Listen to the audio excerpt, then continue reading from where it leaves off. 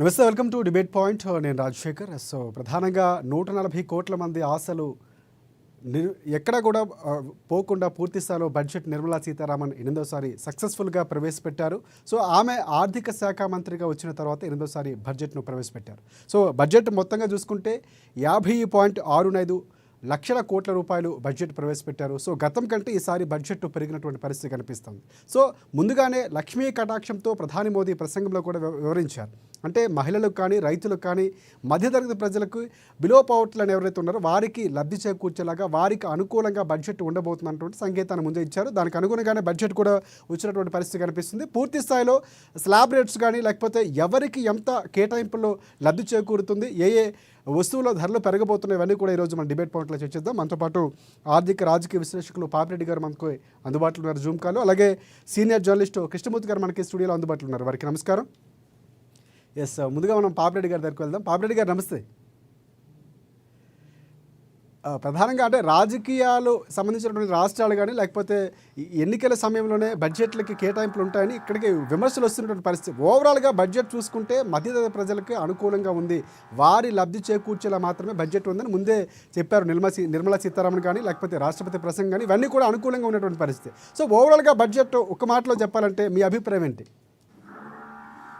ఇప్పుడు బడ్జెట్ ఈసారి కేంద్ర ప్రభుత్వము ఒక విధంగా ఇది ఒక పాపులిస్ట్ బడ్జెట్, అంటే ఒక ప్రజా అభిష్టానికి కొద్దిగా అంటే బీజేపీ మార్క్ బడ్జెట్ కన్నా కూడా భిన్నంగా బడ్జెట్ ఉన్నదని అనుకోవచ్చు.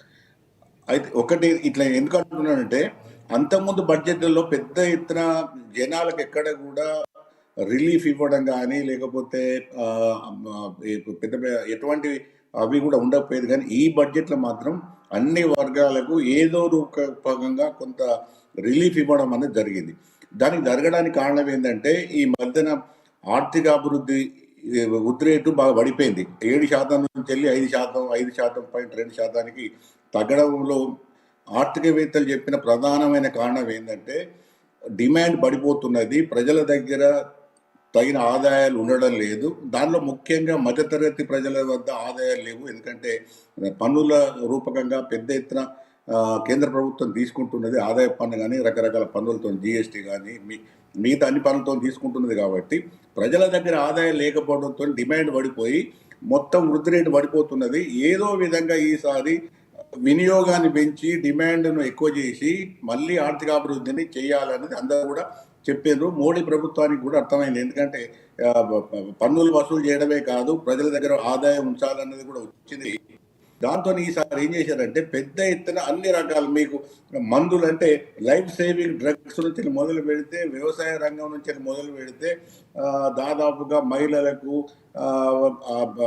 అన్ని వర్గాల వాళ్ళకు పెద్ద ఎత్తున రిలీఫ్ ఇస్తూ, ముఖ్యంగా ఎవరైతే ఉద్యోగ వర్గాలు ఉన్నారో, స్థిర ఇన్కమ్, ఫిక్స్డ్ ఇన్కమ్ ఉన్న వర్గాల వాళ్ళు ఏదైతే ఉన్నారో వాళ్ళకు మాత్రం పెద్ద ఎత్తున బెనిఫిట్ ఇవ్వడం జరిగింది. చాలా పెద్ద ఎత్తున. అంటే నేను అనుకుంటా బహుశా ఈ 8 సంవత్సరాల సీతారామన్ మేడం గారి బడ్జెట్లో ఇంత పెద్ద రిలీఫ్ కానీ, ప్రజలకు ఒక వెలుసుబాటు కానీ ఈ బడ్జెట్ లో కల్పించారు. కాబట్టి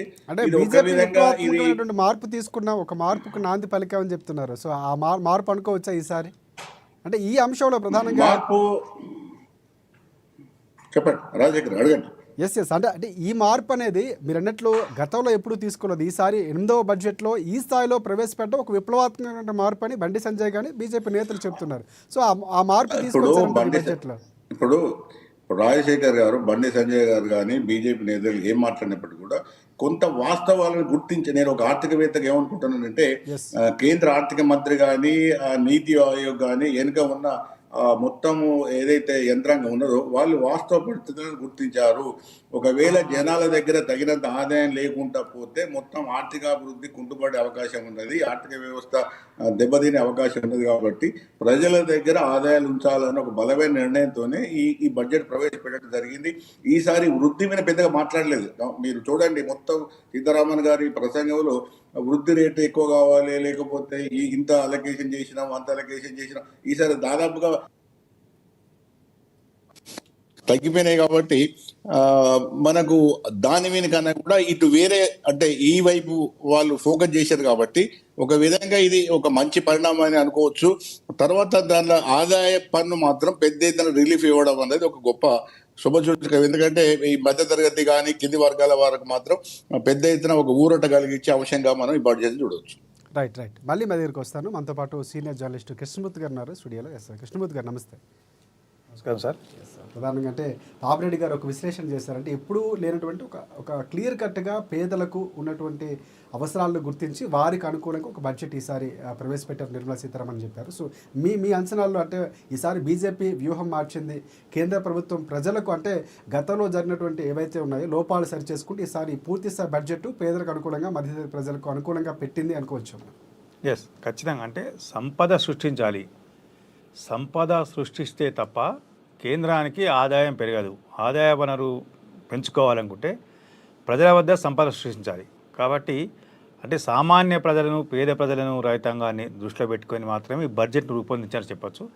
డాంబికాలకు పోకుండా ఏదో గొప్పలు చెప్పుకొని అనవసరంగా ఇబ్బంది పడడం కన్నా వాస్తవానికి అంటే నేల మీద ఉండి నేల మీద సాము చేసి నేల మీద సాధించుకోవాలి అనే యాంగిల్లోనే కొంత ఈ బడ్జెట్ రూపకల్పనని చెప్పచ్చు. కారణం ఏంటంటే మనం రైతులను తీసుకోవచ్చు. దేశవ్యాప్తంగా రైతాంగం కొంత ఇబ్బందిగా ఉంది అని చెప్పేసి ప్రచారం జరుగుతూ ఉన్నది. అదేవిధంగా రైతులకు కేంద్ర ప్రభుత్వము ఏ రకమైన సహాయం చేయట్లేదు అని చెప్పేసి ఢిల్లీ సరిహద్దుల్లో కొంత గొడవలు జరుగుతూ ఉన్నాయి. మనం దీర్ఘకాలికంగా జరుగుతూ ఉన్నాయి అక్కడ. కాబట్టి అట్లాంటి అంటే ఈ రైతుల నుంచి వచ్చేటువంటి తిరుగుబాటును కొంత తగ్గించుకోవాలి. రైతుల ఆదాయాన్ని పెంచడం ద్వారా అంటే ఒక రైతు పండించిన ఆ పంట ప్రజల వద్దకు చేరే వరకు అనేక రకాలుగా రాష్ట్ర కేంద్ర ప్రభుత్వాలకు కొంత ఆదాయం సమకూరుతుంది పన్నుల రూపంలో. అంటే ఎక్స్పోర్ట్ బిజినెస్ కానీ లేకపోతే ఇంటర్నల్గా జరిగేటువంటి వ్యాపార లావాదేవీలు కానీ మిగతా అంశాలు రైస్ మిల్స్ తీసుకోండి. రైస్ మిల్ తీసుకున్నప్పుడు అక్కడ కొంత వారి జిఎస్టీ విధించడం కానీ మిగతా వాటికి సంబంధించినటువంటి ప్రొడక్టివిటీ దీంట్లో కొంత పన్నులు వచ్చేవి. అంటే పన్నులను ఏ రకంగా సృష్టించుకోవచ్చు, ప్రజల్లో సంపద పెంచడం ఒకటి, ప్రభుత్వానికి పన్నులను ఆదాయాన్ని రాబడి పెంచుకోవాలి, ప్రభుత్వ రాబడిని పెంచాలి అన్న కోణంలో ప్రయత్నాలు చేస్తూనే వాస్తవాన్ని చెప్పాలంటే ఔషధాల మీద దాదాపుగా 36 రకాల ఔషధాలు జీవనాధార అవసరాల మీద సుంకాన్ని రద్దు చేయడం అంటే ప్రజల యొక్క ఆరోగ్య భద్రత ఆరోగ్యం విషయంలో కూడా జాగ్రత్తలు తీసుకోవాలి. ప్రజలకు అంటే ఎక్కువగా భారమయ్యే విధంగా మందులను ధరలను వాళ్ళు విభజించిన కొంత ప్రజలు కూడా ఆరోగ్యమే శ్రద్ధ పెట్టకుండా పోవడం అది కొంత ఇబ్బందికరంగా ఉండే అవకాశం ఉంటుంది. భవిష్యత్తులో దేశానికి కూడా ఇది ప్రమాదకరం. కాబట్టి ఈ రకమైనటువంటి కొంత ఆలోచన కూడా చేసినట్టుగా స్పష్టమవుతూ ఉన్నది.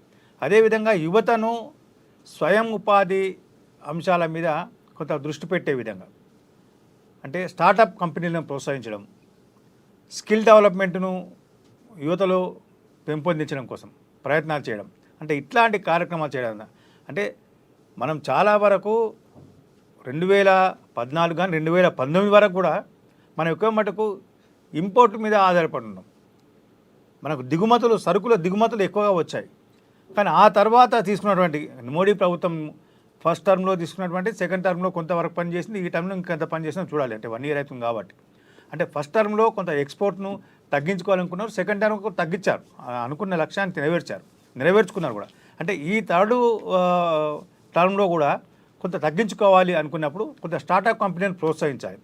స్టార్టప్ కంపెనీలను ప్రోత్సహించాలంటే వాటికి కొంత కేంద్రం సహకరించాలి, కొంత సులభతరమైనటువంటి సరళీకరణ విధానాన్ని అవలంబించాల్సిన అవసరం ఉంది అన్న కోణంలో కొంత కేంద్రం ఆలోచన చేసినట్టుగా నిర్మలా సీతారామన్ గారి బడ్జెట్ను మనం పరిశీలిస్తే స్పష్టమవుతూ ఉన్నది. ఈ బడ్జెట్లో స్టార్టప్ కంపెనీలు అంటే ప్రధానంగా రైతుల ఆదాయాలు పెంచడము, యువతను ఉపాధి రంగాల వైపు ప్రోత్సహించడము, పేదరిక నిర్మూలన కోసం కొంత చర్యలు చేపట్టడం, ఈ 3 రంగాల మీద కొంత దృష్టి పెట్టారు.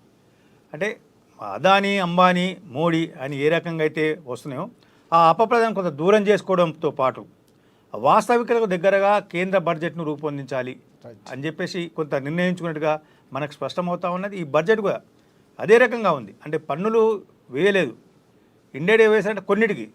అదేవిధంగా పర్యావరణ పరిరక్షణ విషయంలో కాలుష్యాన్ని తగ్గించాలి. అంటే ఢిల్లీలో వాళ్ళు ఉన్నారా దాని గురించి తీసుకున్నారా, లేకపోతే దేశవ్యాప్తంగా వచ్చే గ్లోబలీకరణ విధానాల్లో గత కొంతకాలంగా ప్రకృతి వైపరీత్యాలు కాలుష్యం వీటికి సంబంధించి వస్తున్నటువంటి విషయాలను దృష్టిలో పెట్టుకొని చేస్తున్నారా, లేకపోతే ఈవీని ప్రపంచవ్యాప్తంగా ఎలక్ట్రిక్ వెహికల్ తీసుకోవాలి అని చెప్పేసి ఏదైతే తీసుకున్నారో దాన్ని ప్రోత్సహించాలనుకున్నారా? ఈ కోణంలో తీసుకుంటే ఈవీని ఎలక్ట్రిక్ వెహికల్స్ వీటికి సంబంధించిన విషయంలో వాటిని ఆల్రెడీ రాష్ట్ర ప్రభుత్వాలు కొంత అంటే మన తెలంగాణకు సంబంధించిన విషయంలో పరిశీలిస్తే ఎలక్ట్రిక్ వెహికల్స్ విషయంలో జీరో ప్రాసెసింగ్ ఫీ కానీ జీరో ఫీజుతోటి వాళ్ళు రిజిస్ట్రేషన్ చేస్తూ ఉన్నారు.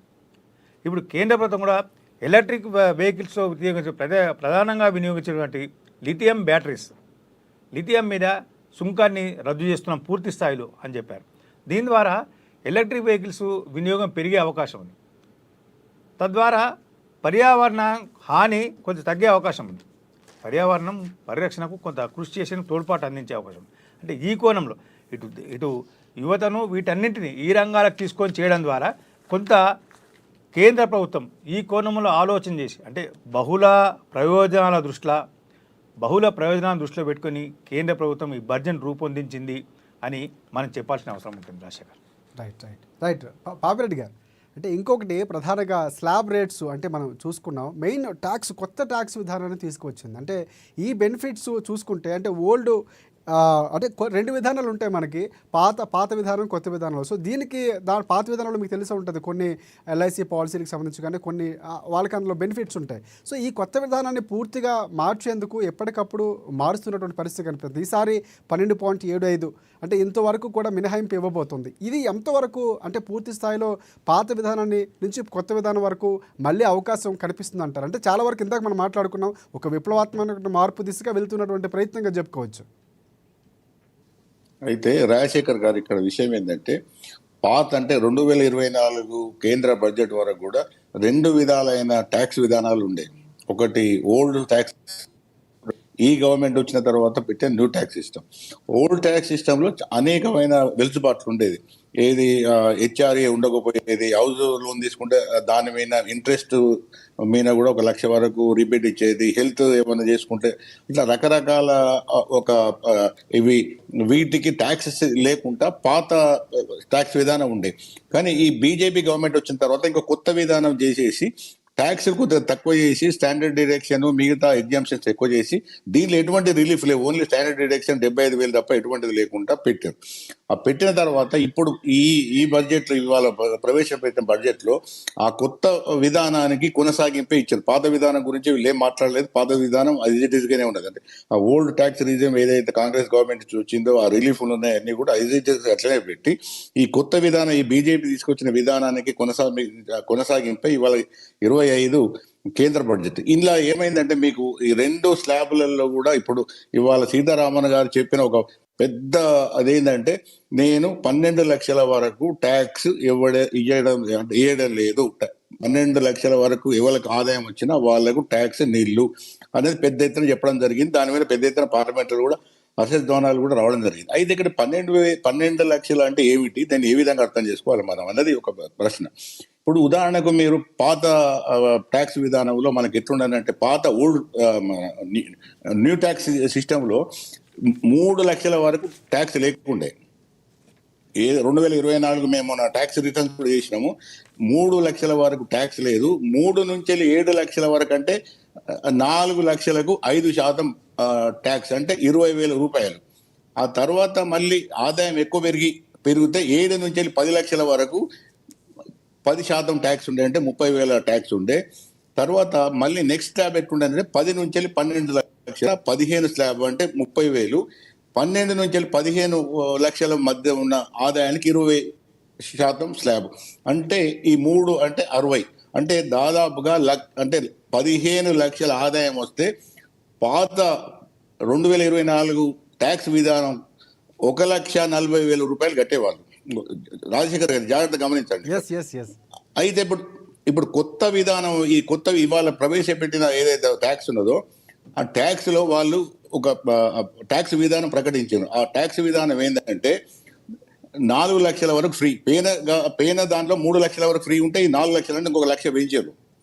4 లక్షల వరకు ట్యాక్స్ నిల్లు, 4 నుంచి 8 లక్షల వరకు 5%, అంటే 4 లక్షల నుంచి 8 లక్షల వరకు ఆదాయం వచ్చే వాళ్ళకు 20,000 రూపాయలు. తర్వాత 8 నుంచి 12 లక్షల వరకు వచ్చే వాళ్ళకు 10%, అంటే 40,000. 10 నుంచి 16%, 16 లక్షలు. 12 నుంచి అంటే 12 నుంచి 16 లక్షల వరకు 15%. Yes. అయితే కొత్త ట్యాక్స్ విధానం వల్ల ఎంత ట్యాక్స్ అవుతున్నదంటే 1,20,000 ట్యాక్స్ పడుతుంది. అయితే మరి ఈమె 12 లక్షలకు ట్యాక్స్ పడదని చెప్పింది కదా. అంటే 12 లక్షల వరకు వచ్చే ఆదాయానికి కేంద్రం రిబేట్ ఇస్తున్నది. ఒకవేళ ట్యాక్స్ పడ్డా కూడా 12 లక్షల లోపల ఆదాయం ఉన్న వాళ్ళకు ఫ్రీ, వాళ్ళకి ఎటువంటి ట్యాక్స్ వేయరు. ఇప్పుడు ఉదాహరణకు దీన్ని మనం ఎట్లా అర్థం చేసుకునే, తెలంగాణ గవర్నమెంట్ 200 యూనిట్ల కరెంటు బిల్లుకు ఫ్రీ అని చెప్పింది. అంటే 200 లేదా 200 లోపల వస్తే ఫ్రీ, కానీ 200 నుంచి 201కి వచ్చినా కూడా మొత్తం మీద మళ్ళీ ట్యాక్స్ పడ్డట్టే. ఇక్కడ కూడా ఎట్లుంటుంది అంటే 12 లక్షల వరకు అయితే ట్యాక్స్ ఫ్రీ. ఓకే, అయితే తర్వాత చెప్తా ఇక్కడ ఎట్లా అంటే 12 లక్షల నుంచి వెళ్ళి ఒకవేళ దాంట్లో ఏమైనా మార్పు ఉంటుంది? స్టాండర్డ్ డిడక్షన్ అంటే ఏంటి? అది 75,000 అట్లే, 5 తీసుకో 75,000 అట్లే ఉంచారు. పాత దాంట్లో అట్లే ఉండదు, కొత్త దాంట్లో అట్లే ఉండదు. ఓకే, అయితే ఇప్పుడు మనకు జరిగేది ఏంటంటే ఈ కొత్త ట్యాక్స్ విధానంలో కూడా మీకు బెనిఫిట్స్ ఎట్లా వస్తాయంటే, ఇప్పుడు ఒకవేళ ఈ 16 లక్షల రూపాయల ఆదాయం వస్తే వాళ్ళకి ఎంత ట్యాక్స్ పడుతుంది అంటే, కొత్త విధానంలో 1,20,000 ట్యాక్స్ పడుతున్నది. కానీ పాత విధానంలో అది ఎంత ఉండేది అంటే 1,70,000 ఉండేది. అంటే 50,000 రూపాయలు వాళ్ళకి మిగులుతున్నాయి. అయితే స్టాండర్డ్ డిడక్షన్ కలుపుకుంటే కొంచెం తగ్గుతుంది. ఇంకా 75,000 రూపాయలు మనం దాని డిడక్షన్ తీసుకుంటే కొంచెం తగ్గుతుంది. కాబట్టి ఒకటేంటంటే 50,000 నుంచి మొదలైన ఈ రిబేటు ఆదాయం పెరిగినా కొద్ది ఏమైందంటే వీళ్ళు ఇక స్లాబ్స్లలో బాగా మార్చారు. ఇప్పుడు 12 లక్షల నుంచి 16 లక్షల వరకు 15%. అంతకుముందు పాత సిస్టంలో ఏముండదంటే 15 లక్షలు దాటితే 30% ఉండే స్లాబ్. 30% అంటే ఒకవేళ 15 లక్షల నుంచి 16 లక్షలు అయితే 1,00,000 రూపాయలకు 30,000 రూపాయలు ట్యాక్స్ వసూలు చేసేవారు పైన ట్యాక్స్ విధానంలో. కానీ ఈసారి ఏమవుతున్నదంటే ఈసారి 16 లక్షలు కూడా 15,000, తర్వాత 16 లక్షల నుంచి 20 లక్షల వరకు కొత్త స్లాబ్ పెట్టి దానికి 20% వేస్తున్నారు. ఇంకోటి ఏంటంటే 20 నుంచి 24 లక్షల వరకు 20%. ఇక్కడ 24 లక్షలు దాటిన తర్వాతనే 30%. అంటే అప్పుడు పాత దాంట్లో 15 లక్షలు దాటితేనే 30% ఉన్న పన్ను ఇవాళ 24 లక్షల రూపాయలు దాటితే మాత్రమే 30%. అంటే పై వర్గాలు అంటే మధ్య తరగతి, కొద్దిగా ఎబో మధ్య తరగతి వాళ్ళ యొక్క ఆదాయం పెద్ద ట్యాక్స్ నుంచి మినహాయింపు ఉంది. ఇప్పుడు మాక్సిమం ఏంటంటే 1,10,000 వరకు ఈ ట్యాక్స్ రిలీఫ్ వస్తున్నది. అంటే 24 మేము ఎంప్లాయీస్ ట్యాక్స్ కట్టినరు, ఆ ట్యాక్స్ కు రేపు 25 ఆర్థిక సంవత్సరంలో కట్టబోయే ట్యాక్స్ కు మధ్య వ్యత్యాసం చూసుకుంటే దాదాపు వాళ్ళు 1,10,000 రూపాయలు సేవింగ్ జరిగింది. కాబట్టి ఇది పెద్ద. దీనికి నేను ఏమనుకుంటానంటే రాజకీయ కోణాలు ఉంటాయి. రాజకీయ కోణాలు లేకుండా ఏ ప్రభుత్వాలు కూడా బడ్జెట్ పెట్టి పరిపాలన చేయి. ఎందుకంటే ఇంకొక 3-4 ఈ ఎలక్షన్స్ ఉన్నాయి. ఢిల్లీలో కూడా ఎక్కువ లేకపోతే రకరకాల ఉద్యోగ వర్గాలు ఉంటాయి. కాబట్టి ఇవాళ ఈ ట్యాక్స్ విధానం వలన ఒక పెద్ద ఎత్తున బీజేపీ వాళ్ళు ఒక రాజకీయంగా ఒక పెద్ద అనుకూలమైన మార్పు చేసుకుంటానికి కూడా అవకాశం బడ్జెట్ వాళ్ళకి ఇచ్చింది. 70% వరకు అంటున్నారు. 70% వరకు లబ్ధి చేకూరే అవకాశం. అదేనండి, 12 లక్షల లోపల వరకు వాళ్ళు దాదాపు ఎంత 50,000 నుంచి 60,000 వాళ్ళు రిబేట్ ఇచ్చేస్తున్నారు. సెంట్రల్ గవర్నమెంట్ పోతున్నది, వాళ్ళకి ఇన్కమ్ పోతున్నది. అయినా కూడా మేము ఇస్తున్నామంటే తప్పకుండా 12 లక్షల వరకు అందరూ కూడా చాలా సంతోషంగా ఉంటారు. కాబట్టి వాళ్ళందరూ కూడా బీజేపీకి రేపు కేజ్రీవాల్కి పెద్ద కష్టమే ఉంటుంది. రేపు బీజేపీ ఎన్నికలు బీజేపీకి పెద్ద అనుకూలమైన వాతావరణం వచ్చే అవకాశం కూడా కనబడుతున్నారు. రైట్.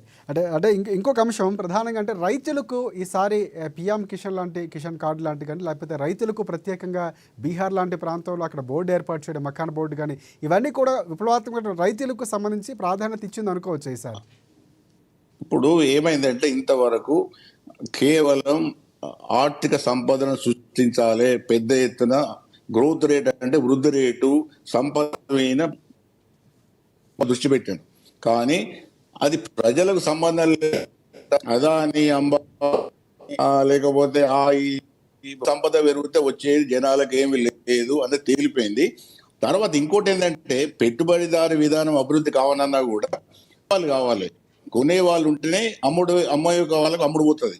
ఈ కొనే వాళ్ళకి ఏం కావాలి? ఆదాయం కావాలి.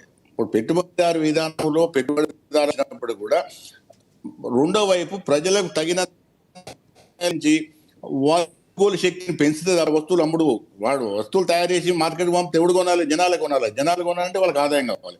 కాబట్టి ఇప్పుడు ఈ జ్ఞానోదయం బీజేపీ ఇప్పుడు అయింది. అంతకుముందు చెప్తే వినలేదు. పెరిగితే బాగా సంపద పెరుగుతుంది, ట్రికల్ డౌన్ థియరీ అంటారు. అంటే కిందికి వచ్చేస్తుంది అందరికంటే వచ్చే అవకాశాలు లేవు. అంటే కాబట్టి ఈసారి ఎన్నికల్లో ప్రభావం డైరెక్ట్ పాలసీ చూపబోతుందంటారా? అంటే ఈ ప్రభావం ఇప్పుడు బడ్జెట్ అనేది అంటే బీహార్ ఇప్పుడు నేను అనుకుంటా బీహార్కు అనుకూలంగా ఉన్నది. ఇప్పుడు ఇమీడియట్ గా ఈ 3-4 రోజుల్లో జరిగే ఢిల్లీ ఎన్నికలలో మాత్రం నేను అనుకుంటా బీజేపీకి మంచి రాజకీయ ఫలితాలు రావడానికి అవకాశం ఉన్నది. రైట్ రైట్ రైట్ కృష్ణమూర్తి గారు, అంటే ఈసారి అన్ని సెక్షన్స్ కి ఏదో విధంగా కొద్దిగా మేలు చేసి వాళ్ళకు ఒక వెలుసుబాటు కలిగించి ఎవరికేం బర్డెన్ వేయకుండా ఒక పాపులిస్ట్ అంటే నా ఉద్దేశంలో ఇది అంతకుముందు కాంగ్రెస్ వాళ్ళు ఇటువంటి బడ్జెట్లు ఎక్కువ పెట్టేది. ఈసారి బీజేపీ ఆ విధానికి రావడం అనేది జరిగింది. రైట్ రైట్ రైట్ కృష్ణమూర్తి గారు, మీరేమంటారు? అంటే బీజేపీ పంతా మార్చింది అనేది మనకు క్లారిటీ అర్థమవుతుంది. సో ఇక్కడ ఈ ఇందాక మనం రైతుల గురించి మాట్లాడుకున్నాం, మీరు కూడా ప్రస్తావించారు. రైతులకి ఈసారి లబ్ధి చేకూర్చేలాగా చాలా బెనిఫిట్స్ అందులో పొందుపరిచారు బడ్జెట్లో. సో మీరేమంటారు? వ్యవసాయ ఆధారిత దేశం ఇది. దేశం ఆర్థికంగా బలపడాలి. 2028 నాటికి దేశం ప్రపంచంలో భారతదేశం 3వ ఆర్థిక అతిపెద్ద దేశంగా తీర్చిదిద్దాలి అన్న లక్ష్యంతో పనిచేస్తున్నటువంటి నరేంద్ర మోడీ ప్రభుత్వం ఆ కోణంలో కొంత దృష్టి పెట్టింది. అంటే గ్రౌండ్ లెవెల్ నుంచి ఆర్థిక అభివృద్ధి అనేది పెరిగితే ఆటోమేటిక్గా ఇప్పుడు మనం అంటే చాలామంది మనం ఏమనుకుంటున్నాం అంటే ఇన్కమ్ ట్యాక్స్ పరిమితిని పెంచడం ద్వారా కొంత ప్రభుత్వం ఆదాయం కోల్పోయింది అని మనం కొంత అనలిస్ట్గా మనం చేసుకుంటున్నాం. కానీ తప్పిది. అయితే ఏంటంటే ఒక వ్యవసాయ ఉత్పత్తి పెరిగినప్పుడు పని పెరుగుతుంది, అదేవిధంగా ఆర్థిక లావాదేవీలు పెరిగే అవకాశం ఉంది, వ్యాపారాలు పెరిగే అవకాశం ఉంది. అడుగడుగున జిఎస్టీ లాంటివి వేసినప్పుడు ఖచ్చితంగా ఈ ఏదైతే ఎంప్లాయీస్ నుంచి 12 లక్షల ఆదాయం సంపాదించిన వాళ్ళ నుంచి కోల్పోతున్నటువంటి ఆదాయాన్ని ఈ రకంగా అంటే రైతు నుంచి తీసుకుంటున్నారా అంటే కాదు, చివరికి ఎవరు కట్టాలి? వినియోగదారులు కట్టాల్సిన అవసరం ఉంది. రైతుకు minimum MSP minimum support price ఇస్తూ ఉన్నారు, అవసరమైతే స్టేట్ గవర్నమెంట్స్ కొంత బోనస్ ఇస్తూ ఉన్నాయి, వాళ్ళకి సంబంధించిన బెనిఫిట్స్ ఇస్తూ ఉన్నారు. కాబట్టి రైతులను ప్రోత్సహించాలి, తద్వారా దేశం ఆర్థికంగా బలపడుతుంది. ఆహార ధాన్యాలు ఉత్పత్తులు పెరిగినప్పుడు ఖచ్చితంగా అంటే ఎక్స్పోర్టు అనేది కూడా మనం పెంచుకునే అవకాశం ఉంటుంది. మనం ఆలోచన గమనించవచ్చు.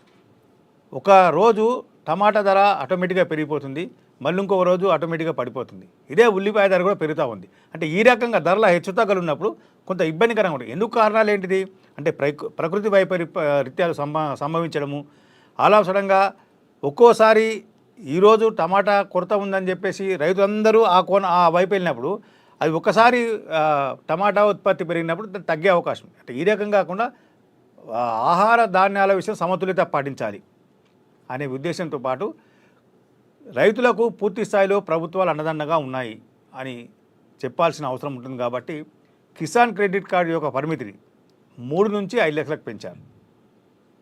దీన్ని పెంచడం ద్వారా రైతులు తమకు కావాల్సినటువంటి సాగు పెట్టుబడిని ఆ కార్డు ద్వారా వినియోగించుకొని తిరిగి చెల్లించేందుకు వీలవుతుంది. అదేవిధంగా వడ్డీ వ్యాపారస్తుల దగ్గరికి వెళ్ళి రైతులు దేహి అని అనకుండా ఉండేందుకు కూడా కొంత స్వాభిమానం, రైతులు స్వాభిమానంగా ఉండేందుకు కూడా ఇది వీలు పడుతుంది. వాళ్ళు కోరుకునేదే, రైతాంగం కోరుకుంటుంది. దేశవ్యాప్తంగా చాలామంది మనం గమనించవచ్చు, గ్రామీణ ప్రాంతాల్లో వ్యవసాయానికి చాలామంది వెనక్కి వెళ్తూ ఉన్నారు. తద్వారా ఆహార ఉత్పత్తుల కొరత ఏర్పడే ప్రమాదం ఉంది వచ్చే కాలంలో. ఇది చాలామంది ఆర్థిక నిపుణులు చెప్పారు.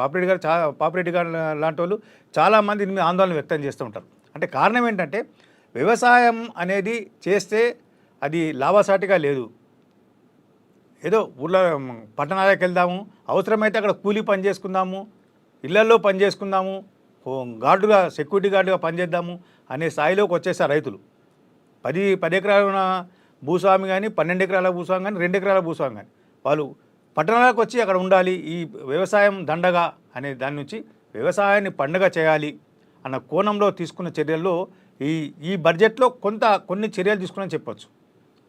బీహార్లో మకాన్ అనే ఒకటి ప్రోగ్రామ్ తీసుకున్నాం, అక్కడ ఒకటి మకాన్ బోర్డు ఏర్పాటు చేస్తామని చెప్తున్నారు. అదేవిధంగా పత్తి బోర్డును పసుపు బోర్డులాగా పత్తి బోర్డును ఏర్పాటు చేద్దామని చెప్పారు. అంటే ఈ బోర్డులను ఏర్పాటు చేయడం అంటే రైతులకు ఏ రకంగా ప్రభుత్వాల తరఫున సహాయం అందించాల్సిన అవసరం ఉంది. రైతులను పూర్తి స్థాయిలో వారికి అనుకూలంగా నిర్ణయాలు తీసుకుంటే అంటే రాష్ట్ర ప్రభుత్వాలు కానీ కేంద్ర ప్రభుత్వాల ఆదాయం పెరిగే అవకాశం ఉంది అన్న విషయంలో కొంత అధ్యయనం చేసిన కనిపిస్తుంది. స్వామినాథన్ కమిషన్ గారు ఏదైతే ఇచ్చారో, స్వామినాథన్ గారు తన కమిషన్ రిపోర్ట్లో ఏవైతే ఇచ్చారో దాన్ని కొంతవరకు కొన్ని స్వామినాథన్ సిఫార్సును కూడా కొంతవరకు అమలు చేస్తున్నారా, దీంట్లో కొంతవరకు రైట్ అమలు చేసేందుకు ప్రయత్నాలు చేసేట్టుగా స్పష్టంగా అర్థమవుతా ఉంది. రైట్ పాపిరెడ్డి గారు, దీనికి సంబంధించి అంటే దాదాపుగా 1.7 కోట్ల రైతులకు మేలు చేయడమే లక్ష్యంగా కొన్ని ప్రతిపాదనలు కూడా చేసింది బడ్జెట్లో. కొన్ని అంశాలు నేను పీఎం కృషి యోజన కింద అగ్రికల్చరల్ డిస్ట్రిక్ట్ ప్రోగ్రాంను ఆరంభించబోతున్నట్లు తెలిపారు. అలాగే తక్కువ ఉత్పత్తి, తక్కువ రుణాలు దొరికే 100 జిల్లాల రైతులకు ఇది లబ్ధి చేకూరబోతుందని కూడా ఒక అంచనాకు వస్తున్నటువంటి పరిస్థితి. పంచాయతీ స్థాయిలో మౌలిక సదుపాయాలు నెలకొల్పుతామన్నారు. ఇవన్నీ కూడా రైతులకు లబ్ధి చేకూర్చే అంశాలు అనుకోవచ్చు మనం. కృష్ణమూర్తి గారు కూడా చెప్పారు, చాలా వ్యవసాయం గురించి ఆయన ఆవేదనతో చెప్పిండే. ఇప్పుడు విషయం ఎట్లా ఉన్నదంటే ఈ వ్యవసాయ రంగం ఇక్కడ ఈ మనం మొత్తం పరిశీలిస్తే వ్యవసాయ రంగం యొక్క స్థితిగతులు చూస్తే నేను తర్వాత సెంట్రల్ గవర్నమెంట్ చెప్తా. ఇప్పుడు ఏమైతున్నది, ఇప్పుడు టమాటా గురించి మాట్లాడాను. ఇప్పుడు టమాటా ఇవాళ నేను నిన్న కొనుక్కొస్తే 50 రూపాయలు నేను ఇస్తే 4 కిలోలు ఇచ్చిండు ఆయన. 50 రూపాయలకు 4 కిలోలు ఎక్కడ నేను హైదరాబాద్లో లింగంపల్లె కొనుక్కొని వచ్చిన, ఏదే మన దాని మీద బండి మీద పెట్టి అమ్ముతున్నారు. ఇప్పుడు 40 రూపాయలు అంటే వాళ్ళకి అసలు కనీసం టమాటా దింపడానికి కూలి కూడా రాదు. ట్రాన్స్పోర్ట్ ఎక్కడి నుంచి వెళ్ళో పంట భూముల నుంచి వెళ్ళి హైదరాబాద్కి రావాలి, హైదరాబాద్ నుంచి వెళ్ళి మళ్ళీ బజార్లకు వచ్చి వాడు బండి పెట్టుకొని అమ్మాలి, అమ్మడానికి కూలి. ఇవన్నీ చూసినప్పుడు ఏమైందంటే ఇది అన్ఫార్చునేట్గా వ్యవసాయ రంగం ఏమవుతుందంటే అదే పరిశ్రమల రంగం అయితే సంవత్సరం పొడుగుత ఉత్పత్తి జరుగుతుంటుంది. వ్యవసాయ రంగానికి ఏమవుతుందంటే ఒక సీజన్ అన్నట్టు. వ్యవసాయం టమాటా వేసినారు, టమాటా విత్తనం వేసినప్పటి నుంచి వెళ్ళి టమాటా పంట రావడానికి 3 నెలలు ఉంటుంది అనుకుంటా. 3 నెలలకు ఒకసారి పంట వచ్చేస్తుంది. పంట రావడంతో ఏంటంటే సప్లై పెరుగుతుంది, సప్లై పెరిగినప్పుడు ధర తగ్గుతుంది. అదే మళ్ళీ సప్లై తగ్గినప్పుడు ధరలు బాగా పెరుగుతాయి. ఇప్పుడు వ్యవసాయ వస్తువుల యొక్క ధరలు విపరీతంగా మారడంలో ఈ వ్యవసాయ ఉత్పత్తుల యొక్క సమస్యలు ఒకటి ఉన్నది. రెండవది ఏంటంటే ఒకవేళ నిజంగానే ఇప్పటికి మేము చెప్తూనే ఉన్న గవర్నమెంట్స్కు అటు రాష్ట్ర ప్రభుత్వాన్ని కానీ అటు కేంద్ర ప్రభుత్వాన్ని కానీ పెద్ద ఎత్తున ముందుకు వచ్చి ఇటువంటి సమస్యలు ఉన్నప్పుడు రైతులకు, ఉదాహరణకు ఇప్పుడు పెరిషబుల్ గుడ్స్ అంటారు, అంటే తొందరగా పాడేది కూరగాయలు కానీ, పండ్లు కానీ, ఇప్పుడు చేపలు కానీ, రొయ్యలు కానీ, లేకపోతే ఇటువంటి అంటే త్వరగా నశించిపోయే వస్తువులు ఉంటాయి. వాటిని కాపాడితే ధరలు స్థిరీకరణ ఉంటుంది. అవి ఉత్పత్తి ఎక్కువైనప్పుడేమో ధరలు పడిపోతాయి, ఉత్పత్తి తక్కువ ఉన్నప్పుడు ధరలు విపరీతంగా పెరుగుతాయి. ఇదే టమాటా లాస్ట్ ఇయర్ ఎండాకాలం దాదాపు 100 రూపాయల నుంచి 150 రూపాయలు చర్చించుకున్నాం. ఇవాళ కూడా లేదు దానికి. అంటే దీనికి ఒకటే విరువు, ఒకవేళ రాష్ట్ర ప్రభుత్వం, కేంద్ర ప్రభుత్వం కానీ కోల్డ్ స్టోరేజ్ పెట్టాలి. కోల్డ్ స్టోరేజ్ ప్రభుత్వమే పెద్ద ఎత్తున పెట్టి అవసరమైతే రైతు బజార్ లెక్కనే కోల్డ్ స్టోరేజెస్ ఎక్కడెక్కడ పెద్ద ఎత్తున స్టార్ట్ చేసి మీరు రైతులు ఒకవేళ ఎక్కువ పండిస్తే సప్లై ఎక్కువ ఉంటే దానిలో పెట్టండి. కనీసం 15-20 రోజులు ఆ పంట పాడు కాకుండా మేము కాపాడుతాం అని ఒకవేళ ప్రభుత్వాలు రెండు, అటు రాష్ట్ర ప్రభుత్వం అటు కేంద్ర ప్రభుత్వం రెండు కూడా రైతులకు పెద్ద ఎత్తున భరోసా ఇవ్వగలిగితే అటు ఉత్పత్తిదారులైన వ్యవసాయదారులకు మేలు జరుగుతుంది, ఇటు మనకు వినియోగదారులు ఎవరైతే దాని వ్యవసాయ వస్తువులను వాడుకుంటాం వినియోగదారులకు కూడా లబ్ధి అవుతుంది. అంటే ఎక్కువ ధరలు అంటే ఇక్కడ ఈ వ్యవసాయ ఉత్పత్తి రైతులైతే పండిస్తున్నారో వాళ్లకు సగం కూడా లేదు. ఇప్పుడు ఒకవేళ ఒక వస్తువు మనం ఇక్కడ హైదరాబాద్ లో ఒక కూరగాయో లేకపోతే ఒక పండు మనం కొనుక్కుంటే మనం 100 రూపాయలు వెళ్తే 70 రూపాయలు కూడా రైతుకు పోవడం లేదు. ఈ పై 50 రూపాయలు కూడా ఈ ధరలనే కొట్టేస్తున్నారు. కాబట్టి ఇది ఏమైతున్నదంటే ఇవన్నీ కూడా అటు కేంద్ర ప్రభుత్వం ఇప్పుడు శక్తివంతమైంది, ఈజీగా ఒకప్పుడు అంతా లేదు, బలంగా ఉన్నది, రాష్ట్రాలు కూడా బలంగా ఉన్నాయి. కాబట్టి రైతులకు ఇటు ఎంత పెద్ద ఎత్తున సాయం చేయగలిగితే ఎంత పెద్ద చేస్తే దాంతో ఏమైతుందంటే అంటే zero budget natural politics and natural budgets అది కూడా ప్రవేశపెడుతుంది. సో అలాంటివి ఉపయోగపడతాయి అంటారంటే ఏపీకి దాదాపుగా 186 కోట్లు కేటాయించింది. అందులో జీరో బడ్జెట్ నేషనల్ ఇవన్నీ చిన్న చిట్కాలండి. జీరో బడ్జెట్ ఇప్పుడు ఏపీ అటువంటి 6-7 6 కోట్ల పైన ఉన్న దానిలో 180 కోట్లే ఉంటుంది. కానీ ఇప్పుడు ఈ వ్యవసాయ రంగానికి ఇచ్చే రిలీఫ్ అంతా కూడా గవర్నమెంట్ ఒక విధంగా ముందుకు పోతున్నది, కానీ ఇంకా ముందుకు పోగలిగితే మంచిది. అయితే ఒకటేంటంటే ఈ ఇప్పుడు రైతులు ఇప్పుడు మేము ఎగ్జాంపుల్ అంటే మనకు దాదాపు 50% మంది ప్రజలు వ్యవసాయ రంగాన్ని నమ్ముకొని బతుకుతున్నారు. వాళ్ళ ఆదాయాలు పెరగకపోతే ఆర్థిక అభివృద్ధి కూడా సాధ్యం కాదు. ఎందుకంటే ప్రజల సంపద పెరుగుతూనే ఆ దేశ సంపద పెరుగుతుంది. కాబట్టి రైతులకు ఎంత ఎక్కువ చేస్తే అది ఒక విధంగా ఆర్థిక వ్యవస్థకు మేలు చేసే అంశం అవుతుంది. కాబట్టి ఆ విధంగా చేస్తే సంతోషం, ఇంకా ఎక్కువ చేయాలని కూడా నేను కోరుకుంటున్నాను. రైట్. ఎక్స్పోర్ట్స్ ద్వారా కూడా ఎక్కువ ఆదాయం వచ్చే అవకాశం ఉంటుంది సార్. అంటే ఎక్స్పోర్ట్స్ పెరగడం ద్వారా అంటే ఇప్పుడు ఆహార ఉత్పత్తులు మన దగ్గర ఎక్కువ ఉండి సర్ప్లస్ అది మిగులు ధాన్యాలు ఉన్నప్పుడు ఖచ్చితంగా ఎక్స్పోర్ట్స్ కోసం మనం ఇప్పుడు పనిచేస్తాం. ఇప్పుడు కృష్ణమూర్తి గారు ఎక్స్పోర్ట్స్ కూడా ఇవాళ బియ్యం కానీ మిగతా వాళ్ళు పెద్ద ఎత్తున మనం ఎక్స్పోర్ట్ చేస్తున్నాం. కూరగాయలు కానీ లేకపోతే ఉల్లిగడ్డ కానీ చేస్తున్నారు.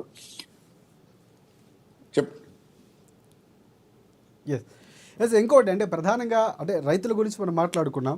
సో ఇంకోటి గిగా వర్కర్లకు ఐడి కార్డు ఇవ్వడం కానీ, ఈ శ్రమ్ పోర్టల్లో నమోదు చేసుకోవడం కానీ, అన్ని ప్రభుత్వ పాఠశాలకు బ్రాడ్బ్యాండ్ సౌకర్యం కానీ, ఎంఎస్ఎంఈలకు ప్రధానంగా 10 కోట్ల రూపాయలతో ఒక ఫండ్ ఇచ్చేది, అలాగే నమోదు చేసుకున్నటువంటి సూక్ష్మ సంస్థలకు తొలి ఏడాది 10 లక్షల రూపాయల వరకు క్రెడిట్ కార్డులు, ఇవన్నీ కూడా ఎంతవరకు ఉపయోగపడతాయి? నగరాలకు సంబంధించి అభివృద్ధి కోసం అర్బన్ ఛాలెంజ్ బోర్డింగ్ కూడా ఏర్పాటు చేయబోతుంది. సో ఇవి ఎంతవరకు సఫలీకృతం అయ్యే అవకాశం ఉందంటారు? సో ఇవేమైనా ఆశించదగ్గ విషయాలు అంటారా బడ్జెట్లో? నన్ను అడుగుతున్నారు కృష్ణమూర్తి మీరే సార్, మీరే. ఇప్పుడు నేను ఈ బడ్జెట్ ఇవాళ చూసిన తర్వాత నేను అనుకునేది ఏంటంటే కనీసం బీజేపీకి వాళ్ళ ఆర్థిక విధానాలు వాళ్ళ ఫిలాసఫీ నుంచి వెళ్ళి కొద్దిగా ఈ ఇంకో వైపు చూస్తున్నారు. అంటే ఇప్పుడు ఇవాళ మీరు చెప్పిన ఇంతకుముందు చెప్పిన అందరూ కూడా మార్చిందంటారా? పంత మారింది అంటారు. పంత అంటే కొద్దిగా అర్థం చేసుకున్నారు అనుకుంటాను. పంత అర్థం చేసుకున్నారు కాబట్టి రాహుల్ గాంధీ గారు కూడా బుల్లెట్ గాయాలకు ఏదో మార్పింగ్ చేసేలాగా బాంబు పూసినట్టు. అయితే ఇప్పుడు ఒకటేంటంటే ఈ వర్గాల ప్రజలు కూడా ఉన్నారు. వీళ్ళకి కూడా ఏదో కొంత ఆర్థిక సాయం చేయూతని ఇవ్వాలన్నది కొంత కేంద్ర ప్రభుత్వం దృష్టి. ఎందుకంటే ఇప్పుడు నేను ఈ మాట ఎందుకంటున్నాను, నేను ఒక ఆర్థికవేత్తగా జిఎస్టీ రేట్స్ పెంచినప్పుడు మేము బాగా చేసినాం. ఓకే, జిఎస్టీ రేట్స్ పెంచాలి, ఆదాయం పెరగాలంటే గవర్నమెంట్కు ట్యాక్సులు పెరగాలి. కానీ ఆ జిఎస్టీలో అధిక పన్నుల రేట్లు పెట్టడం, తర్వాత ఇండిస్క్రిమినేట్గా అంటే ఇష్టం వచ్చినట్టుగా పెట్టడంతో ఈ ఏదైతే ఇన్ఫార్మల్ సెక్టర్ అంటే చిన్న చిన్న ఉత్పత్తిదారులు కానీ మిగతా చిన్న పారిశ్రామిక వర్గాలు కానీ చాలా ఎత్తున దెబ్బతిన్నాయి. నిరుద్యోగత పెరిగింది, ఆదాయాలు పడిపోయినాయి వాళ్ళకు. ఇప్పుడు కొద్దిగా చూస్తున్నారు ఇట్లా అన్యాయాలు జరుగుతున్నాయని. ఇవన్నీ కూడా పట్టించుకుంటే తప్ప, ఎందుకంటే మన ఇన్ఫార్మల్ ఎకానమీ అంటే మన పెద్ద ఎత్తున అన్ని బ్యాంకులు అన్ని డిజిటలైజేషన్తో జరిగాయి. అన్ని కూడా మామూలు వ్యవహారాలతో నడుతాయి. కాబట్టి ఆర్థిక వ్యవస్థ కూడా పెద్దది, అక్కడ ఆదాయం పెరుగుతుంది, ఉద్యోగత అక్కడ ఎక్కువ ఉంటుంది. ఆ రంగాలను కూడా గుర్తించి ఈ ప్రభుత్వం ముందు తీసుకపోతే ఓవరాల్గా ఆర్థికాభివృద్ధి కానీ, దేశ శ్రేయస్సు కానీ, ప్రజల యొక్క ఆదాయాలు కానీ పెరిగే అవకాశం ఉంటుంది. జిఎస్టీ విషయంలో కేంద్ర ప్రభుత్వము దేనికి ఎంత అనేది విషయం కనిపించిన వస్తువు కంటే వేసుకుని పోయారు. అది కొంత కూడా ఇబ్బందికరంగా మారింది. ఫర్ ఎగ్జాంపుల్ నష్టం జరిగింది బాగా అంటే ఒక బ్యాంకులో మన డబ్బులను మనం వేసుకుంటే కూడా బ్యాంకులు దానికి పెనాల్టీ వేస్తున్నారు, లిమిట్ చేశారు. వేస్తూ మళ్ళీ దాని మీద మళ్ళీ జిఎస్టీ. సపోజ్ 200 రూపాయలు మనకు పెనాల్టీ పడింది అనుకోండి, 200 ప్లస్ జిఎస్టీ 18 రూపాయలు, 36 అంటే 236 రూపాయలు. అంటే మన డబ్బులను మనం వేసుకొని మళ్ళీ మనకు పొదుపు అని చేయమని మళ్ళీ ఇదే గవర్నమెంట్ చెప్తా ఉన్నారు. పొదుపు చేయండి, ఫిక్స్డ్ డిపాజిట్ చేయండి అంటారు. మనం చేసుకొని మన డబ్బులు వేసుకుంటే మనకు తీసుకుంటున్నారు. అదేవిధంగా గతంలో వచ్చినట్టుగా అంతిమ యాత్రకు దాన సంస్కారాలకు ఉపయోగించే వస్తువుల మీద కూడా వాళ్ళు వేశారు.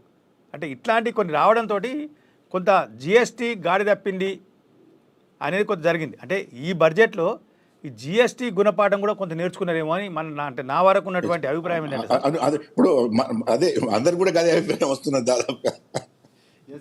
అంటే గాయాలకు మందు రాస్తూ పూడ్చుకునే ప్రయత్నం చేస్తుంది, ఒక రకమైనటువంటి దోవలో వెళ్తుంది అండి. కృష్ణమూర్తి గారు, అంటే మనం మాట్లాడుకున్నటువంటి అంశం అంటే నగరాల అభివృద్ధి కోసం ప్రత్యేకంగా అర్బన్ ఛాలెంజ్ బోర్డు లాంటి ఏర్పాటు చేయడం కానీ, నగరాల అభివృద్ధికి ప్రత్యేకంగా కొన్ని ప్రతిపాదనలు తీసుకురావడం ఏ విధంగా చూడొచ్చు అంటారు? అంటే దేశవ్యాప్తంగా పట్టణీకరణ అనేది శరవేగంగా జరుగుతూ ఉన్నారు సార్. ఇట్లాంటి బోర్డులు కంపల్సరీ అవసరం. ఎందుకంటే మనం ఇంతకుముందు చెప్పినట్టుగా చాలామంది గ్రామీణ ప్రాంతాల్లో కనీస మౌలిక వసతులు లేకపోవడంతో పట్టణ ప్రాంతాలకు వలస వస్తూ ఉన్నారు. అందరికీ విద్యా వైద్యం అనేది కంపల్సరీ కావాలి అన్న కాన్సెప్ట్ పెరిగింది ప్రతి ఒక్కళ్ళు. గ్రామీణ ప్రాంతాల్లో సరైన బట్టి విద్యా వైద్య సౌకర్యాలు లేవు. ప్రభుత్వం తరఫున పాఠశాలలు పెట్టట్లేదు, ప్రభుత్వం తరఫున వైద్యశాలలు పెట్టట్లేదు, అక్కడ ఉండట్లేదు. కాబట్టి ఏం చేస్తున్నారు? ఎస్, నేను కష్టపడ్డా, నా పిల్లలు కష్టపడవద్దు, నేను కష్టపడ్డా, నా మనవలు కష్టపడవద్దు, కాబట్టి వాళ్ళను పట్టణాలు తీసుకెళ్ళండి, చదివించండి అంటే ఈ రకంగా చేయడంతో పట్టణీకరణ అనేది పెరిగిపోతూ ఉన్నది. ఈ నేపథ్యంలో ఖచ్చితంగా పట్టణాల్లో మౌలిక వసతులను పెంచాల్సిన అవసరం ఉంది. ఫర్ ఎగ్జాంపుల్ మన హైదరాబాద్ తీసుకుందాం. ఒకప్పుడు మన హైదరాబాద్లో మినిమం ట్రాన్స్పోర్టేషన్ ఉండేది. ఇప్పుడు మనకు ఎంఎంటీఎస్ వచ్చింది, మెట్రో వచ్చింది, ఆర్టీసీ సౌకర్యాలు పెరిగాయి, అదేవిధంగా ప్రైవేటు క్యాబ్స్ వీటన్నిటి పెరిగినాయి. అయినప్పటికీ మళ్ళీ రవాణా సౌకర్యం కొరతనే ఉంటుంది. విపరీతమైనటువంటి పట్టణం అంటే ఏ ప్రాంతంలో ఏ పట్టణానికి ఏ అవసరం ఉంది, ఏ పట్టణం ఎటువైపు విస్తరించే అవకాశం ఉంది, ఏ పట్టణంకు ఎక్కడి నుంచి ఆదాయ వనరు వచ్చే అవకాశం ఉంది, ఏ పట్టణానికి ఏ రకమైన సౌకర్యాలు కల్పించాల్సిన అవసరం ఉంటుంది, ఆ సౌకర్యాలు ప్రజలకు ఇబ్బంది కలగకుండా ఏ రకంగా ఉండాలి అనే విషయాన్ని కొంత అధ్యయనం చేసి వాళ్ళకి కావాల్సిన సౌకర్యాలను కల్పించడం కానీ, లేకపోతే ఆ సౌకర్యాలకు మౌలిక వసతుల కల్పన కోసం కావాల్సినటువంటి ఆర్థిక వనరులను సమకూర్చడం కోసం కానీ అంటే ఇట్లాంటి కావాల్సిన అవసరం ఉంది. కాబట్టి పట్టణీకరణ పెరిగిన నేపథ్యంలో గ్రామీణ ప్రాంతాల నుంచి వలసలు పట్టణాల వైపు శరవేగంగా పెరుగుతున్న నేపథ్యంలో ఇట్లాంటి సౌకర్యాలు ఏర్పాటు చేయాలి, ఇట్లాంటి బోర్డులు ఏర్పాటు చేయాలని కేంద్రం నిర్ణయించడం ఆహ్వానించదగ్గ పరిణామమే. కారణం ఏంటంటే మౌలిక వసతులు పెరిగి ప్రజలకు కావాల్సినటువంటి సౌకర్యాలు పెరిగినప్పుడు ఖచ్చితంగా ఈ పట్టణాలలో కూడా జనజీవనం అంటే విధ్వంసం జరగకుండా, ప్రకృతి వైపరీత్యాలకు తావు లేకుండా, విధ్వంసాలకు తావు లేకుండా ఉండేందుకు ఇట్లాంటివి ఉపయోగపడతాయి అనేది బోర్డు ఉపయోగపడుతుంది. కేంద్ర ప్రభుత్వం భావించినట్టుగా స్పష్టంగా అర్థమవుతుంది. ఆ కోణంలోనే కొంత చర్యలు తీసుకునేమని మనం భావించాల్సిన అవసరం ఉంటుంది. రైట్. పాపిరెడ్డి గారు, ఒకటి అంటే మనం ఒకసారి రాష్ట్రాలకు వస్తాం. రాష్ట్రాలకు వస్తే ఇటు ఏపీకి అదే స్థాయిలో పోలవరం ప్రాజెక్టు కానీ లేకపోతే విశాఖ స్టీల్కి సంబంధించి కానీ పూర్తిగా కేటాయింపులు అక్కడ కేటాయించింది. బీహార్కి చూసుకుంటే మకాన్ బోర్డుకి సంబంధించి కానీ లేకపోతే బీహార్లో గ్రీన్ఫీల్డ్ విమానాశ్రయం కానీ చాలా వరకు national institute of food technology ఏర్పాటు కానీ పాట్నా విమానాశ్రయం ఇవన్నీ కూడా కేటాయింపులు చేసింది. ఇక్కడ తెలంగాణ రాష్ట్రానికి సంబంధించినటువంటి మొండి చేయి చూపించిందన్నటువంటి వార్తలు వస్తున్నాయి. దీన్ని ఏకీభవించవచ్చు అంటారా? ఇప్పటికే బండి సంజయ్ లాంటి వారు ఇందాక మనం మాట్లాడుకున్న కిసాన్ క్రెడిట్కి సంబంధించి 50 లక్షల మంది రైతులు లబ్ధి చేకూరబోతుంది. సో ఇలా ప్రశంసిస్తూ ఆయన మాట్లాడినటువంటి పరిస్థితి. ఎందుకంటే బీజేపీ కాబట్టి కేంద్ర మంత్రిగా ఉండరు, మాట్లాడతారు. సో మీ అధ్యయనంలో తెలంగాణకి ఈసారి మొండి చేయి చూపించిందంటారా బడ్జెట్లో? ఇప్పుడు రాజశేఖర్ గారు, ఇప్పుడు మీరు భావించిన 2 రాష్ట్రాలు ఆంధ్రప్రదేశ్ కానివ్వండి, బీహార్ కానివ్వండి, ఈ 2 రాష్ట్రాల ప్రభుత్వాల యొక్క సపోర్టు కేంద్రానికి చాలా కీలకం. కేంద్ర ప్రభుత్వం నడవనంటే ఇది చంద్రబాబు గారు ముఖ్యమంత్రిగా ఆయనకున్న ఎంపీలు, అటు నితీష్ కుమార్ గారు ఆయనకున్న ఎంపీల సపోర్ట్ ఉంటే తప్ప ఈ బీజేపీ సెంట్రల్ ఉండదు. కాబట్టి తప్పకుండా రాజకీయ అవసరాలు ఉంటాయి. కాబట్టి రాజకీయ అవసరాలు ఉన్నప్పుడు ఇప్పుడు నాయుడు గారు మీద, చంద్రబాబు గారు మీద కూడా చాలా ఒత్తిడి ఉంటుంది. నువ్వు ఈ మైనార్టీ గవర్నమెంట్ సపోర్ట్ చేస్తున్నావు, మన రాష్ట్రానికి ఏమొస్తున్నది, ఏం తేవాలనేది అక్కడ కూడా ఆయన మీద కూడా ఒత్తిడి ఉంటుంది. ఆయన కూడా ప్రయత్నం చేస్తుంటాడు. అట్లాగే నితీష్ కుమార్ గారి మీద కూడా ఒత్తిడి ఉంటే చేస్తారు. కాబట్టి ఇది రాజకీయాలకు అతీతంగా జరగవు. రాజకీయాలు ఉంటాయి. రాజకీయాలు ఉన్నప్పుడు కూడా ప్రజలకు మేలు జరిగితే మంచిది. అటు బీహారులో బాగా వెనుకబడుతూనే ఉన్నది, ఇటు ఆంధ్రప్రదేశ్ కూడా క్యాపిటల్ సిటీ లేదు, వాళ్ళకు కూడా సమస్యలు ఉన్నాయి. కాబట్టి అభివృద్ధి అయితే సంతోషమే. అటు పోలవరం జాతీయ ప్రాజెక్టు తొందరగా అయితే రైతులు బాగుపడతారు.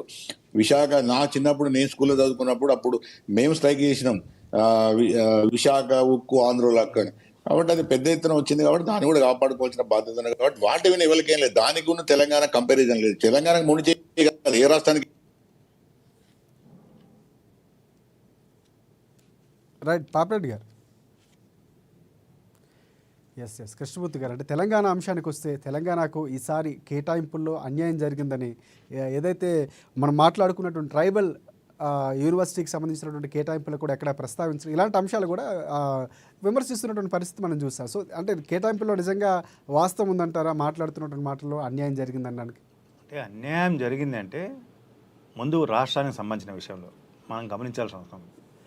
ఇదే ప్రభుత్వం, ఇదే ముఖ్యమంత్రి గారు, మిగతా మంత్రులు ఎప్పుడు కేంద్రానికి వెళ్ళినా వాళ్ళు సానుకూలంగా స్పందించారు, ఇస్తున్నారని చెప్పేసి. మనకు ఇప్పుడు గమనిస్తే 3R రీజనల్ రింగ్ రోడ్ దానికి సంబంధించి 370 కిలోమీటర్ల రీజనల్ రింగ్ రోడ్ సంబంధించి మొత్తం కేంద్ర ప్రభుత్వం ఇస్తుందని వాళ్ళు చెప్పారు. కేంద్ర ప్రభుత్వం నేషనల్ హైవే అథారిటీ దాంతో ఏర్పాటు చేస్తుంది, వస్తుంది. ఫస్ట్ 4 వేస్ వేస్తాము, తర్వాత 6 వేస్ వేస్తాం దాన్ని అని చెప్పేసి వాళ్ళు చెప్పారని చెప్పేసి ఇదే మంత్రులు చెప్పారు.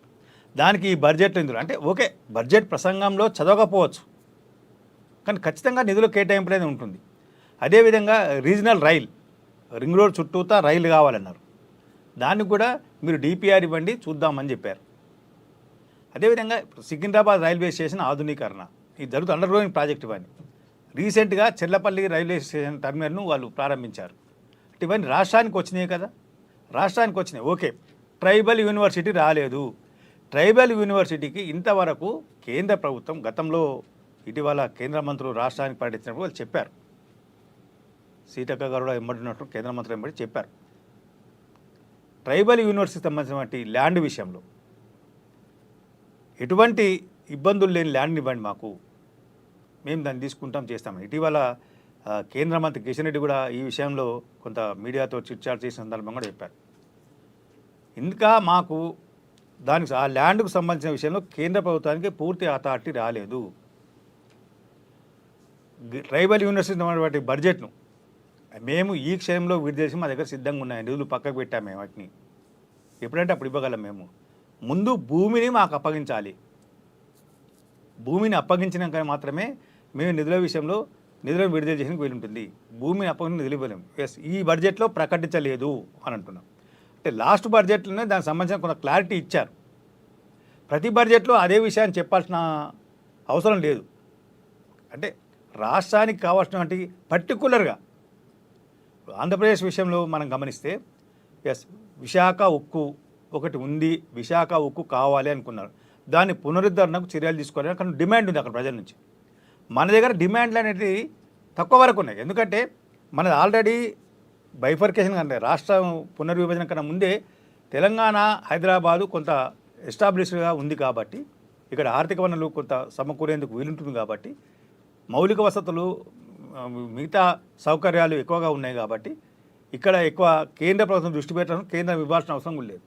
కానీ ఆంధ్రప్రదేశ్ రాజధాని లేని రాష్ట్రంగా ఆవిర్భవించిన నేపథ్యంలో కొంత నిధులు ఇవ్వాల్సిన అవసరం ఉంది. అయితే మరి ఇవ్వాల్సిన అవసరం ఉంది, 10 సంవత్సరాలు 12 సంవత్సరాలు అవుతుంది, ఎందుకు ఇవ్వలేదు అంటే రాజకీయ కోణం. పాపిరెడ్డి గారు చెప్పారు ఇప్పుడు, అంటే చంద్రబాబు నాయుడు అవసరం వాళ్ళకున్నది, ఆయనకు కూడా నిధులు కావాలి కాబట్టి కేంద్రం అవసరం ఉంది చంద్రబాబు నాయుడు గారు కూడా. కాబట్టి ఆ కోణంలో వస్తాయి. మనకు కొంతవరకు ఉన్నది. మన విద్యా విషయంలో మనకు పర్టికులర్గా ఏం కావాలి అనే విషయంలో రాష్ట్ర ప్రభుత్వం స్పష్టంగా అడిగితే దానికి సంబంధించిన విషయంలో రాలేదా అన్నట్టు మనం మాట్లాడచ్చు. వాళ్ళకు అక్కడ రైల్వే జోన్ అడిగారు ఏపీ వాళ్ళు, మనకు రైల్వే జోన్ ఉంది. వాళ్ళు విశాఖ ఉక్కు పునరుద్ధరణకు అడిగారు, దానికి సంబంధించిన ఖచ్చితంగా కేటాయించిన అవసరం. రాజధాని నిర్మాణం కోసం నిధులు అడిగారు, రాజధాని ఇవ్వాలి. మనకు ఆల్రెడీ రాజధాని ఉంది హైదరాబాద్గా. ఈ రకంగా తీసుకుంటే వివక్ష అనేది ఉండొచ్చు కొంతవరకు, కానీ బహిరంగంగా చెప్పిన రాజకీయ విమర్శలకు చేసే విధంగా వివక్ష అనేది కొంత కనబడలేదు. ఈ బడ్జెట్లో తెలంగాణకు ఇవ్వాల్సిన నిధులు వచ్చాయి, కొంత తక్కువ వచ్చుంటాయి, కానీ పూర్తి స్థాయిలో అన్యాయం జరిగింది అనడం మాత్రం అనేది అసంబద్ధం. అది రైట్. పాపిరెడ్డి గారు ఏకీభవిస్తారా కృష్ణమూర్తి గారు మాట్లాడిన మాటల్లో? Right right. మనం ఇంకొక అంశం, అంటే మీరు మాట్లాడుతున్న అంశాలు చూసుకుంటే మరొక అంశం, తెలంగాణకు సంబంధించిన అన్యాయం జరగలేదు అనేది ఒక క్లారిటీ వస్తుంది. సో అన్ని వర్గాల్లో కలుపుకొని వెళ్ళింది. ఇందాక పాపిరెడ్డి గారు కూడా చెప్పారు. అద్దెకు సంబంధించి పెన్షన్లపై కూడా టీడీఎస్ టీసీఎస్ పరిమితి పెంపు, అంటే ఇదే విధంగా చూడొచ్చు అంటారు. ఓల్డేజ్ వాళ్ళకు కొంత ఉపశమనం కలిగించాలి అని చెప్పేసి కేంద్ర ప్రభుత్వం భావించింది. వాస్తవానికి జీవితాంతం కష్టపడి ప్రభుత్వంలో ఉన్న ఎక్కడ ఉన్న వాళ్ళు కొంత పొదుపు చేసుకొని జీవిత చరమాంకంలో ఎంతో కొంత ఆ పొదుపులో నుంచి వాడుకోవచ్చు, ఎవరి మీద ఆధారపడకుండా దేహానకుండా ఉండాలి అనుకొని కొంత ప్రతి ఒక్కరూ ఆశించే అవకాశం. జీవిత చరమాంకంలో నాకుగా నేను స్వాభిమానంగా ఉండాలి, ఎవరు అంటే ఈ నవ సమాజంలో ప్రస్తుత సమాజంలో కొడుకులు బిడ్డలు ఎవరి వాళ్ళు చూసుకొని పోతూ ఉన్నారు. కాబట్టి వాళ్ళ మీద ఆధారపడకుండా ఓకే, వాళ్ళు కొంత వాళ్ళ బాధ్యత కూడా ఉంటుంది, కానీ ఓల్డేజ్గా ఉన్నప్పుడు జీవితాంతం సంపాదించిన ఎంతో కొంత ఇది నాది, నా స్వార్జితము, నా సంపాదన అనేది ఉండాలని కోణంలో ఉన్నప్పుడు కొంత వాళ్ళకి పన్నుల భారం అనేది పెరిగే అవకాశం. దీన్ని తగ్గించడం, ఉపశమనం కలిగించడం, ఇది కూడా కొంత కేంద్ర ప్రభుత్వం కొంచెం ఆచితూచి తీసుకున్నదా అనేది మనం ఆలోచించడం ఖచ్చితంగా కొంతవరకు ఇది ఓల్డేజ్ వాళ్ళకు ఉపయోగపడే విధంగా ఉంది. అదేవిధంగా ఏదైతే మిగతా బ్యాంకులకు ఎఫ్డీలు వీటికి సంబంధించి ఫిక్స్డ్ డిపాజిట్ చేసినా కొంత వడ్డీ రేట్లు ఇస్తున్నాం, దాన్ని ఆ వడ్డీ రేట్లను ఇంకొంచెం పెంచితే బాగుండేది. అవసరం అద్దెలకు సంబంధించి కూడా మార్పులు తీసుకొచ్చింది. అద్దెలపై టీడీఎస్ ఏదైతే పరిమితి ఉందో 2.4 లక్షలకు నుంచి 6 లక్షలకు పెంచుతున్నట్లు నిర్ణయం తీసుకుంది. సో ఇది కూడా కొంతవరకు ఉపయోగపడే అవకాశం ఉందంటారు. ఎందుకంటే అద్దెలకు సంబంధించి పూర్తి స్థాయిలో చాలామంది అది ఫేస్ చేస్తుంటారు మనకి మోటార్ నగరాల్లో కానీ ఉన్నటువంటి వాళ్ళందరికీ కూడా. ఎస్, అంటే ఓకే, దానికి సంబంధించి కూడా కొంత ఉపయోగపడంగా ఉంది. అంటే ఓల్డేజ్ వాళ్ళని ఇబ్బంది పెట్టకుండా ఉండాలి. రైట్. నేను సంపాదించింది జిఎస్టీ, ఇంతకుముందే మనం చెప్పుకున్నాం జిఎస్టీ విషయంలో 100 రూపాయలు బ్యాంక్ కార్డు చేస్తే 18 రూపాయలు కేంద్రం తీసుకుపోతుంది. కేంద్రం తీసుకుపోతుంటే జిఎస్టీ రూపాయలు తీసుకెళ్తున్నారు, రాష్ట్రానికి వస్తుండొచ్చు వాటా. కానీ మన జేబులోకి వెళ్ళి 18 రూపాయలు అనవసరంగా పెడుతున్నాం కదా మనం. అంటే ముందే 100 రూపాయలు పోయినాయని బాధ, దాంట్లోకి మనం ఇంకో 18 రూపాయలు. అంటే ఈ రకంగా ట్యాక్స్ల మీద ట్యాక్సులు, పన్నుల మీద పన్నులు వేసుకుంటూ పోతే ఇబ్బందిగా ఉంటుంది. ఆ పన్నులను తగ్గించి క్రమంగా, అంటే దీనికి ఏమవుతుందంటే రాజశేఖర్ గారు, మనం 100 రూపాయలు మనం ఇక్కడ వాళ్ళు కేంద్రం వదిలేసింది అనుకుంటున్నాం, కానీ దాని వెనుక 200 రూపాయల ఆదాయం సమకూర్చేందుకు ఇక్కడ ప్రణాళికలు సిద్ధం చేశారు. రైతుల ఉత్పత్తి పెంచడము, సరళీకరణ విధానం తీసుకురావడం ద్వారా ఆటోమేటిక్గా అంతా వైట్ మనీగా మారే అవకాశం ఉంది. మనము 12 లక్షలకు పెంచారు ఆదాయం పన్ను అంటున్నాం. మీరు బజార్కి వెళ్ళండి, యూపీఐ పేమెంట్ అంటే ఒక రేటు ఉంటుంది, క్యాష్ ఇస్తే అంటే ఇంకొక రేటు ఉంటుంది. వాస్తవానికి కేంద్ర ప్రభుత్వం ఏం చెప్తుంది, మొత్తం ట్రాన్సాక్షన్ యూపీఐ ద్వారా జరగాలి, ఆన్లైన్ జరగండి, నగదు లావాదేవీలు తగ్గించుకోండి అని చెప్పి చెప్తా ఉన్నారు. కానీ జరగట్లేదు. అంటే ఇట్లాంటి ఎవరైతే జరగట్లేదో ఇట్లాంటి వాళ్ళందరినీ ఈ యూపీఐ సిస్టమ్కు, ఆన్లైన్ సిస్టమ్కు అలవాటు చేయడం ద్వారా ఎక్కడికెళ్ళో మనకి చిన్న వస్తువు కొన్నా ఖచ్చితంగా 10 రూపాయల వస్తువు అయినా కూడా ఖచ్చితంగా అక్కడ యూపీఐ ఉంటుంది, మనం ఖచ్చితంగా చేసుకోవాల్సిన పరిస్థితి వచ్చింది. ఉంటుంది. అంటే ఈ విధానం అనేది చాలా మంది హర్షించారు. సో ఇంకా విప్లవాత్మక మార్పులు వచ్చే అవకాశం ఉందంటారు. అంటే ఓకే, మీరు అన్నది చిన్న చిన్న ఇట్లా తీసుకుంటున్నారు సార్. మీరు పెద్ద మంచి మార్కెట్, అంటే ఫర్ ఎగ్జాంపుల్ మన తెలంగాణకు సంబంధించినటువంటి గుండెకాయ లాగానటువంటి బేగంబార్ లాంటి దానికి వెళ్ళండి. మీరు అక్కడ ట్రాన్సాక్షన్ యూపీఐ ట్రాన్సాక్షన్ ఉండవు, తీసుకోరు వాళ్ళు ఒప్పుకోరు. చెక్ ఇస్తామంటే కూడా ఒప్పుకోరు. యూపీఐ కాదు, వాళ్ళు చెక్ ఇస్తామంటే ఒప్పుకోరు, డిమాండ్ డ్రాఫ్ట్ ఒప్పుకోరు, ఆర్టీజీఎస్ చేయిస్తామంటే ఒప్పుకోరు. వాళ్ళు నెట్ క్యాష్ అండ్ క్యారీ. దాని ద్వారా ఏంటంటే బ్లాక్ మనీ పెరిగే అవకాశం ఉంటుంది. ప్రభుత్వానికి పన్నులు ఎగవేసేందుకు అక్కడ వీలుంటుంది ఎక్కువ. మన దురదృష్టం ఏంటంటే బేగంబార్ వ్యాపారుల మీద మన కమర్షియల్ ట్యాక్స్ కానీ ఇన్కమ్ ట్యాక్స్ వరకు దృష్టి పెట్టట్లేదు. ఇది పెట్టాల్సిన అవసరం ఉంది.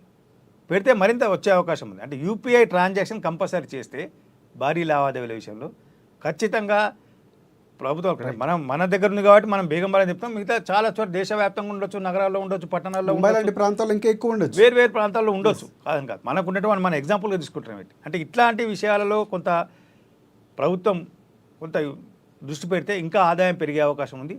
అంటే ఇట్లాంటి ఎవరైతే యూపీఐలో పాటించాం మేము ఆన్లైన్ ట్రాన్సాక్షన్ దూరం ఉంటాం అనుకునే వాళ్ళందరికీ ఈ రకమైనటువంటి వెసులుబాటు ఇచ్చి తద్వారా ప్రత్యామ్నాయ మార్గాల ద్వారా ఏదైతే లాస్ అవుతున్నారో ఐటీ రద్దుతోటి కొంత లాస్ అవుతున్న కేంద్ర ప్రభుత్వం అని అంటున్నారు, దానికన్నా డబల్ రెట్టింపు వచ్చే అవకాశం, పూడ్చే ప్రయత్నం కూడా డబల్గా 100 రూపాయలు ఇక్కడ కోల్పోతే 200 రూపాయలు పూర్తి స్థాయిలో రావాల్సినటువంటి లబ్ధి పొందే అవకాశం ఉంటుంది. అంటే ఓవరాల్గా చూసుకుంటే బడ్జెట్ ఓవరాల్గా ఫైనల్గా కంక్లూడ్ చేయాలంటే సో ఈసారి అన్ని వర్గాల్లో కలుపుకుంటూ పోయింది. ఇవ్వాల్సినటువంటి ప్రాధాన్యత ముందే దేశం అంటే మనుషులు, దేశం అంటే మట్టి కాదు, దేశం అంటే మనుషులు, గురజ గారి వాక్యం కూడా ఉటంకిస్తూ మాట్లాడినటువంటి సందర్భాన్ని కూడా మనం తెలుగు వాళ్ళగా అంశాన్ని తీసుకోవచ్చు. అంటే ఇక్కడ అందరినీ కలుపుకుంటూ వెళ్ళారు, బడ్జెట్ అందరికీ ఆమోదయోగ్యంగా ఉంది అనుకోవచ్చు.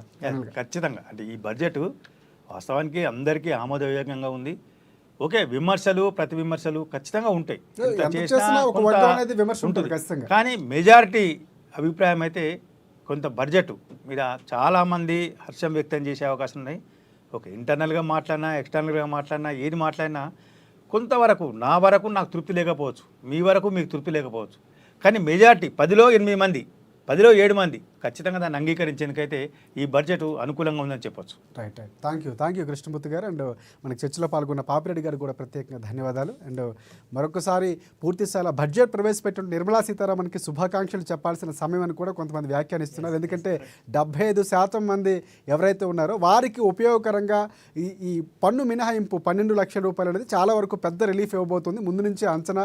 సో ప్రధాని ప్రసంగంలో కానీ మనం అదే పదే చెప్తూ వచ్చారు. సో అనుకున్నట్టుగానే ఈసారి బీజేపీ అందరినీ అన్ని వర్గాలకు చేరువైందని చెప్పడానికి ఈ బడ్జెట్ ప్రవేశపెట్టారని మనకు ఖచ్చితంగా చెప్పొచ్చు. ఇది వాళ్ళ డిబేట్ పాయింట్. రేపటి డిబేట్ పాయింట్లో మళ్ళీ మనం కలుసుకుందాం. అంతవరకు చూస్తూ